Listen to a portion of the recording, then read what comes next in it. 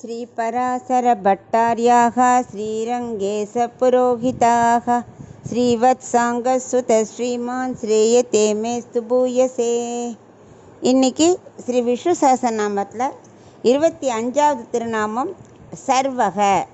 சர்வகனா அனைத்தையும் தன் உடலாக கொண்டவர் அப்படின்னு அர்த்தம். அனைத்தும் சர்வகனால எல்லாம் அவர் தான்.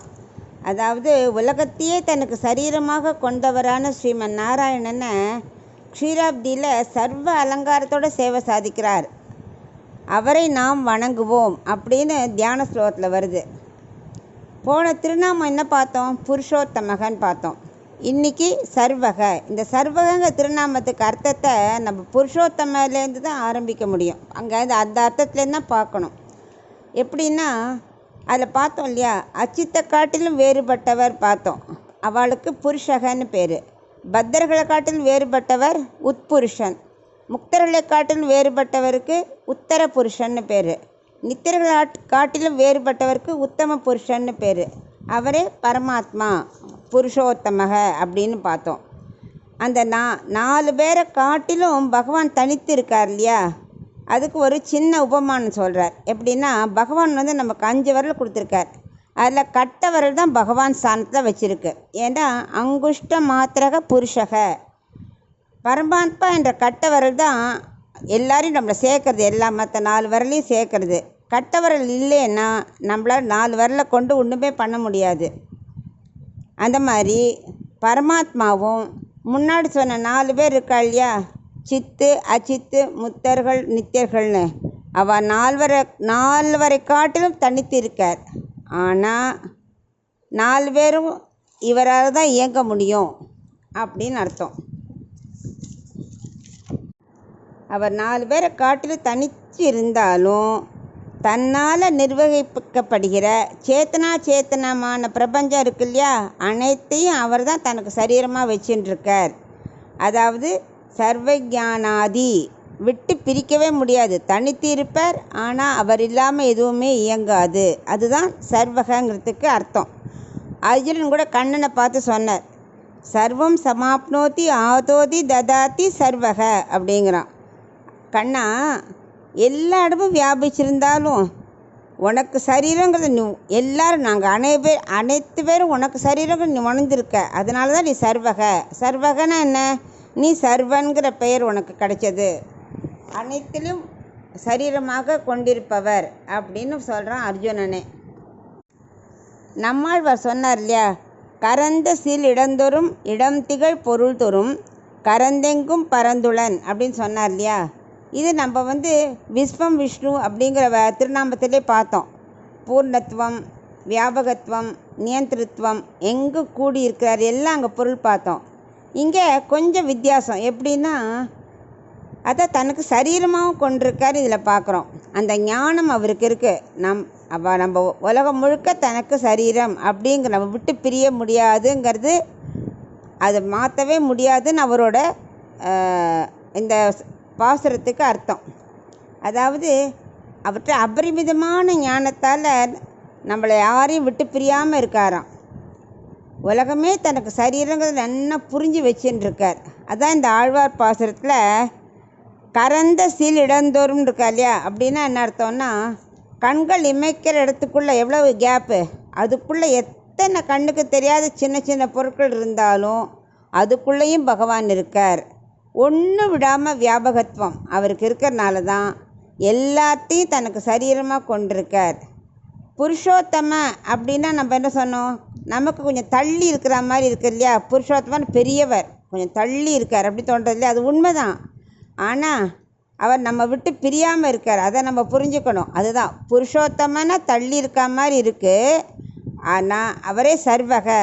அதை நம்ம புரிஞ்சுக்கணும். நம்மளை விட்டு பிரியவே மாட்டார். அதுதான் இந்த சர்வங்கிற திருநாமத்துக்கான அர்த்தம். இப்போ இதுக்கு ஒரு கதை பார்க்கலாம். பொதுவாக சீதா கல்யாணம், ஆண்டாள் கல்யாணம், ருக்மிணி கல்யாணம்லாம் சொல்கிறோம் இல்லையா. ஆனால் சீனிவாசருக்கு மட்டும் என்ன சொல்கிறோம்? பத்மாவதி கல்யாணம் சொல்ல மாட்டோம், சீனிவாச கல்யாணம் சொல்கிறோம். ஏன்னா சீனிவாசர் தான் இறங்கி பத்மாவதியை கல்யாணம் பண்ணிக்கிறதுக்கு வந்தார். அப்போது அவருக்கு பணம் தேவைப்பட்டது. அதுக்கு குபேரன்ட்டேருந்து கடன் வாங்கினார்.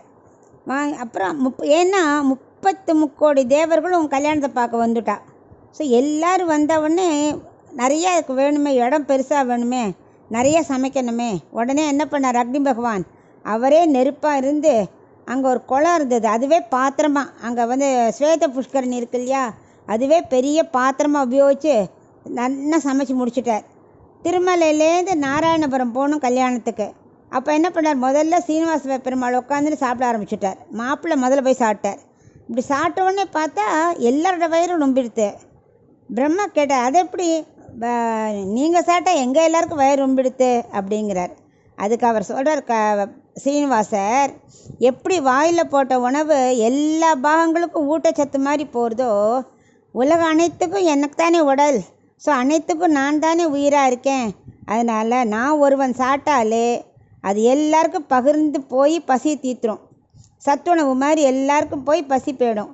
அப்படி சொன்னோன்னே எல்லோரும் சீனிவாஸ் சாப்பிட்ட உடனே எல்லாருக்கும் வயிறு ரொம்பிடுத்தா எல்லோரும் கல்யாணத்தை அட்டன் பண்ணா. சீனிவாசர் பத்மாவதி கல்யாணம் நல்லபடியாக முடிஞ்சது. அதனால் அவர் என்னென்னா அனைத்தையும் தன் உடலாக கொண்டிருப்பதால் அவருக்கு சர்வகன்னு ஒரு பேர். இதில் இன்னொரு சம்பவம் கூட பார்க்கலாம்.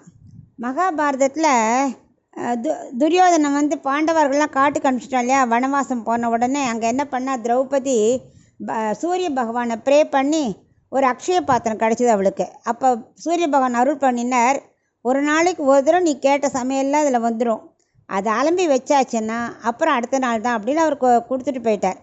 அதை வச்சு அவள்லாம் சாப்பிட்டுன்னு இருந்தா.